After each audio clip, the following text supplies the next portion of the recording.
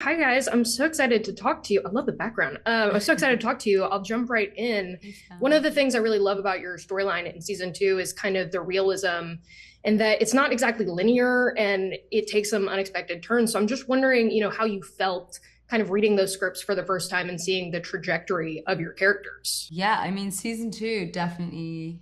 I really had no idea like where our story was gonna go, and it goes on quite a roller coaster. Still, Yeah.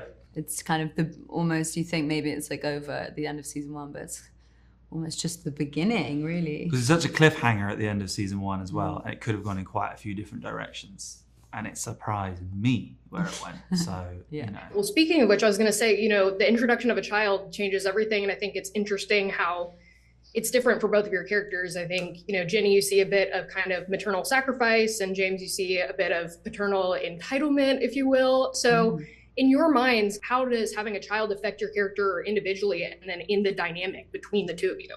Yeah, well, I think it create for Ginny, it's suddenly like there's something else in her life that changes her perspective on everything. And actually, she's now not just protecting herself, she's protecting her child. So it really raises the stakes for her. And I think in a way, it's kind of easier for her to see her baby as something that needs to be protected rather than herself. So yeah, it definitely changes things for her.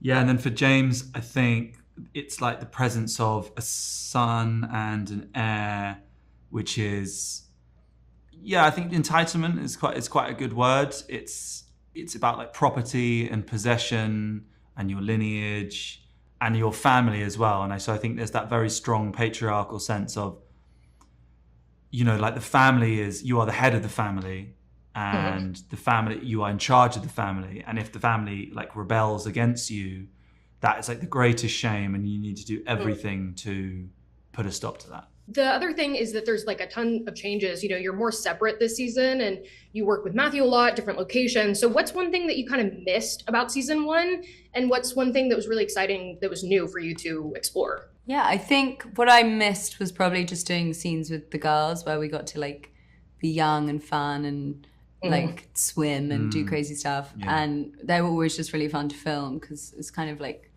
chaotic when we're on set together. But it was also so cool, like having this storyline that was away from that, and we shot in Croatia, which was incredible. And that kind of, it felt like a kind of a bit of a different project almost, like, because we were so far away. It was like a different crew. And it was like amazing shooting by the sea. You really can't complain about that. But yeah, I missed the girls, but we get back together eventually. What about you, Barney?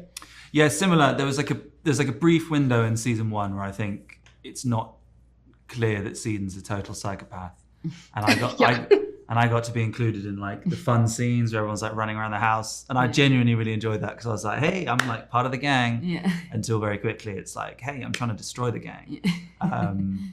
So that was great, but there is like when we have way less. In fact, I'm not sure I really have any like big scenes, and those big scenes they can be really fun and they can also be very chaotic and they're quite long days. And there's something nice about much more like two-handers that we have where you can really kind of like get into it and be quite efficient and like kind of get into the acting of it. Yeah. Which is fun. Yeah. It's really fun. Well, speaking of which, last question, going into season two, were either of you kind of crossing your fingers, hoping for some lighter material, or are you kind of content to deal with some of the darker themes?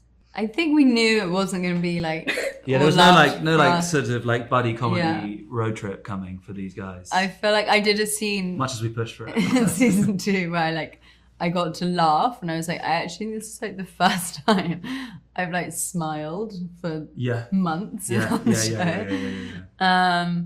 So yeah, I think, but I do enjoy having a storyline that has a bit more weight to it, and I think it's a nice contrast to all the other stuff that goes on the show. You really have like a bit of everything throughout with all the different characters. So they all bring like a different narrative. Other people bring the joy. We're not the joy bringers. We bring the depression. Thank you so much for your time. I really loved episode 6. I'm excited for everybody else to see it, and I think you. y'all did a great job. So Thanks very for much. talking. Cheers. Thank you. Nice to meet you. Bye.